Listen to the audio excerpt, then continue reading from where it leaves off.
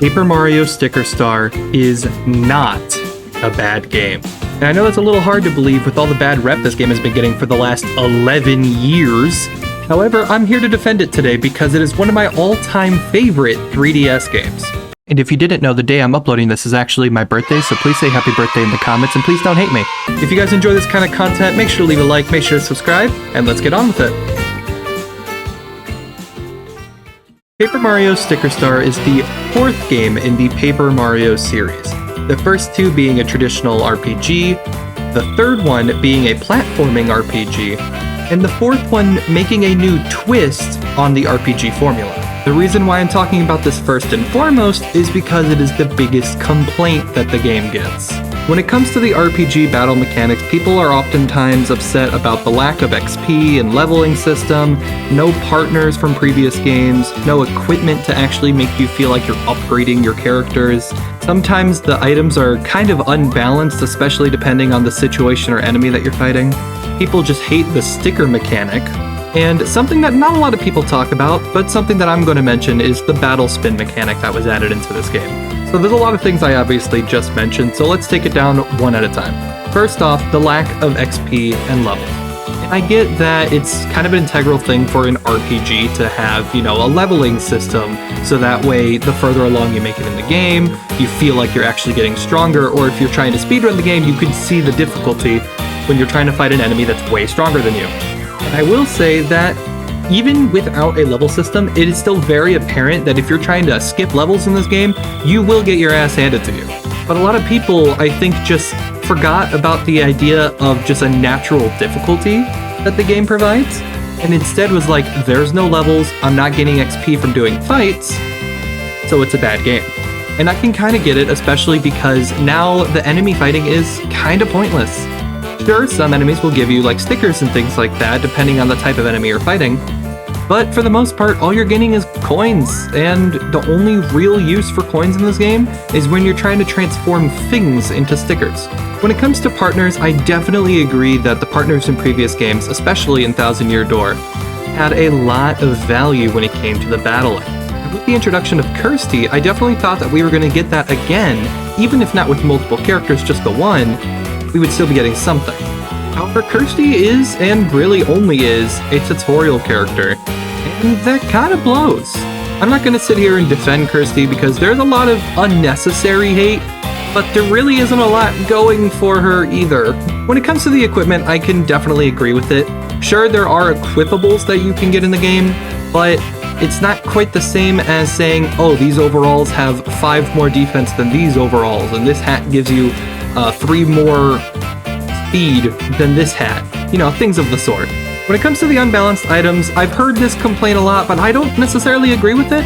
Again, I think most of this game's difficulty is just the artificial progression, where if you go to a new world, there's new enemies, different enemies have different health, and it's going to be more difficult.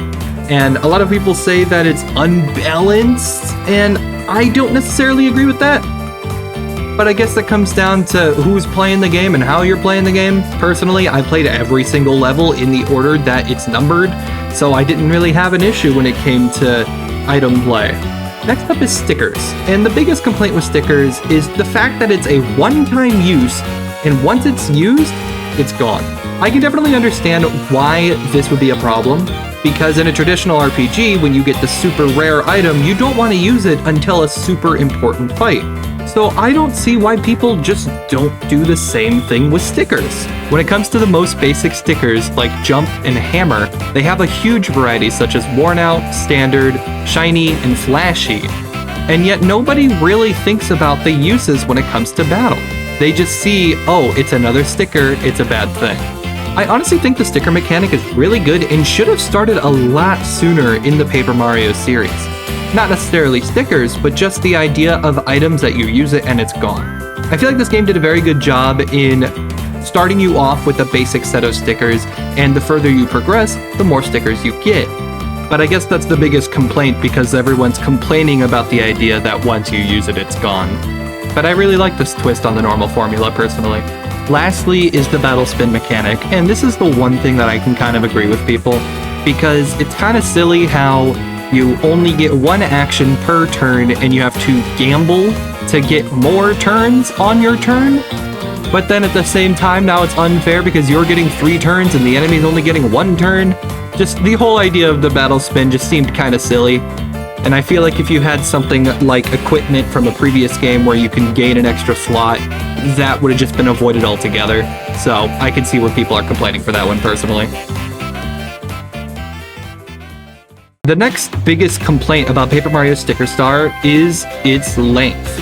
I think the biggest part of that has to do with the fact that it's a 3DS game, so a lot of people were expecting a lot more because the last games were longer, but you also got to remember that it's on a handheld, and oftentimes people are going to be playing this when they're on the go.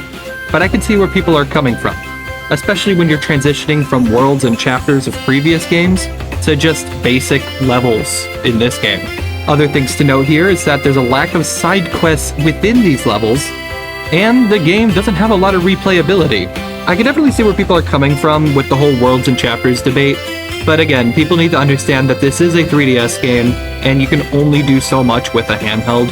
When it comes to the lack of side quests, I could definitely see where people would want to see more from that, but I would still argue for the type of game that this is, it still had a fair amount of side quests. And the last biggest complaint is no replayability, and this one I wholeheartedly actually agree with. There are some things you can go back on, such as trying to fill out the museum with all of your stickers, or just trying to replay levels of collecting all the things that you didn't get the first time around. But you're not going to get the fun enemy interactions and things like that when you replay a level, because when you defeat a boss, the boss is gone. When you defeat one of the mini-bosses that are integral to a level, they're just gone forever. I definitely say that because this is a level-based system game, they should have had more replayability built into it, because once you beat the game, you've beaten the game. Jumping off of the duration of the game, the next thing to talk about is the fact that there is a lack of open-worldness to it.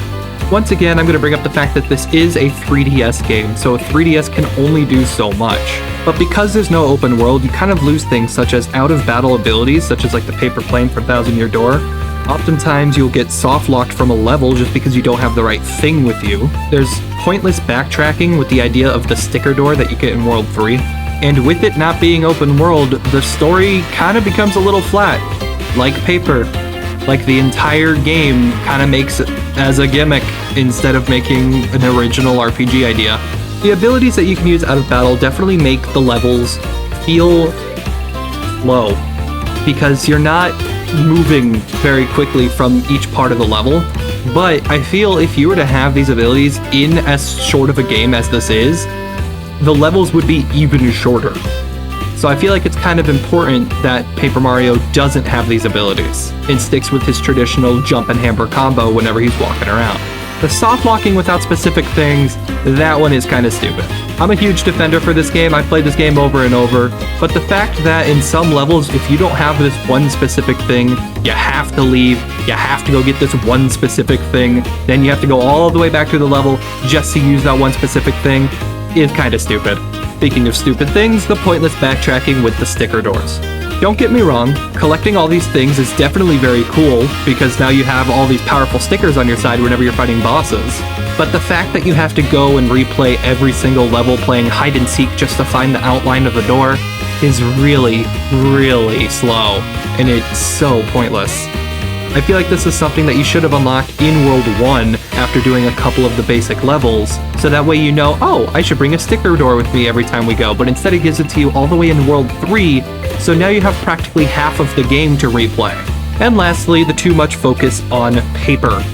Yes, I definitely agree that the story could have been better if it wasn't just about paper and stickers. But there are some pretty good comedic moments in this game that involve the fact that you are paper. I just wish it wasn't the entire thing. They had a whole sticker festival at the beginning of the game, and I feel like if they would have had a bigger history on the sticker fest and other things like that, that they could have done a lot more with the story. But instead it's just the idea that stickers make you super powerful, and that is it. Next up, I want to talk about the lack of original characters. There's no original NPCs, no original enemies, and Kirsty. Having a lack of original NPCs definitely makes the game feel a little bit hollow. There are toads, and lots of toads. There's different colored toads, but they're just toads. With the original enemy debate, there are some unique fights using old school enemies, such as the Goomba wheel, and some of the bosses that we actually see, such as the World 1 boss, where it's a whole bunch of Goombas making a Mega Crinkle Goomba. But that's the problem. It's just Goombas at the end of the day. And then you have Kirsty, who is an original character for this game, but like I mentioned earlier, is just a tutorial character. And if they would have done so much more with this character, it would have been so much better. But at the end of the day, all Kirsty does is tell you if you're doing something right or wrong, point you in the correct direction, and that's just about it.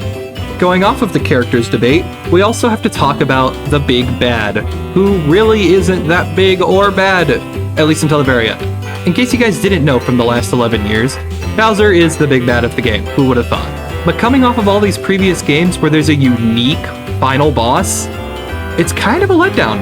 As this was my first Paper Mario game that I played, I thought it was very cool. But when I went to go replay some of the older games, I definitely saw why people were complaining about this. I think a lot of people are giving it a bad take for the wrong reason. Yes, it is Bowser, but it could have been any no-name NPC new villain. But I think what makes this whole Bowser thing so unique is the very final fight. Yes, it is just Bowser at the end of the day, but the way that they do the final fight is honestly very unique. So how can we make Paper Mario Sticker Star better if they were to redo this? Well, obviously they have to give us back XP and levels, they have to give us back partners, they have to give us back equipment, they have to give us back chapters, they have to give us a replayable game. It's at this point that you guys realize that if these are your complaints, this probably isn't the Paper Mario for you. I'm not going to try and convince everybody that's already tried Sticker Star to see it the same way I do. But for people new to RPGs and Paper Mario in general, or people that hate on Paper Mario Sticker Star simply because it's not like the old games without giving it a real try, Paper Mario Sticker Star is a great game to play in my opinion. It's a short, puzzle and exploration-based RPG with a unique battle system different from all other RPGs. The level-based system makes it easy for anyone to pick up and play, and the smaller focus on story makes it less overwhelming to the new player and easier to jump back in after long gaps in playtime. This was the very first game that I played in the Paper Mario franchise and my first RPG ever, and I'm glad that I played it to completion because it allows me to see the light in this game that not many others can. I understand this game has its flaws, but every game has its flaws. Oh, you're still here? In that case, let's talk about my favorite parts of Paper Mario Sticker Star.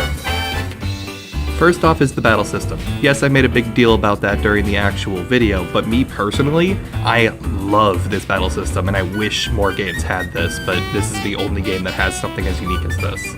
Speaking of the battle system, we gotta talk about the stickers.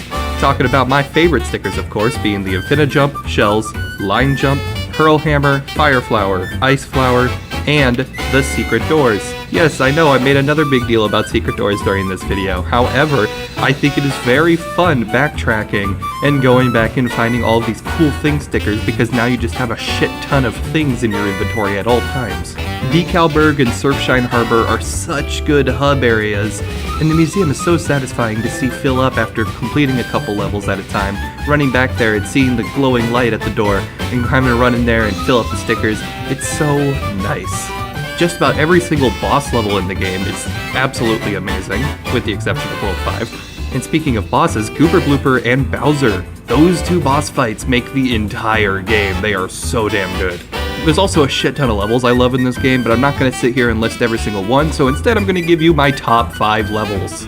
Number 5, Jungle Rapids. It's just a fun little mini game, you know, trying to knock off all of the bone fish and trying to survive, making it to the end. I think it's really fun. Number 4, the Bafflewood. It's literally just the fucking Lost Woods, but I don't know why, I've always found this level very appealing, trying to find which way to go and things like that. Number 3, Yoshi Sphinx. Such a unique level. Literally, it's an entire Sphinx of Yoshi, and there's tons of little secrets and doors and all kinds of things to be looking out for, plus a cool little boss fight with Kamek. It's such a nice level.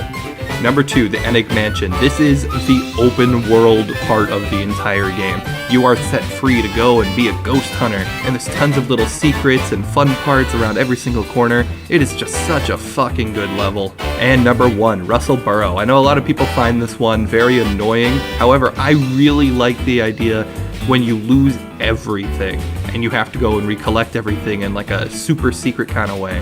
I just really like this level, and I wish more games had something like this. Kind of like Breath of the Wild, how you had the Eventide Island. Going back to stickers, we gotta talk about the Thing stickers. All of the things in the game are just so fun to watch in action. I wish I could list you guys my favorites, but there are just so many good ones.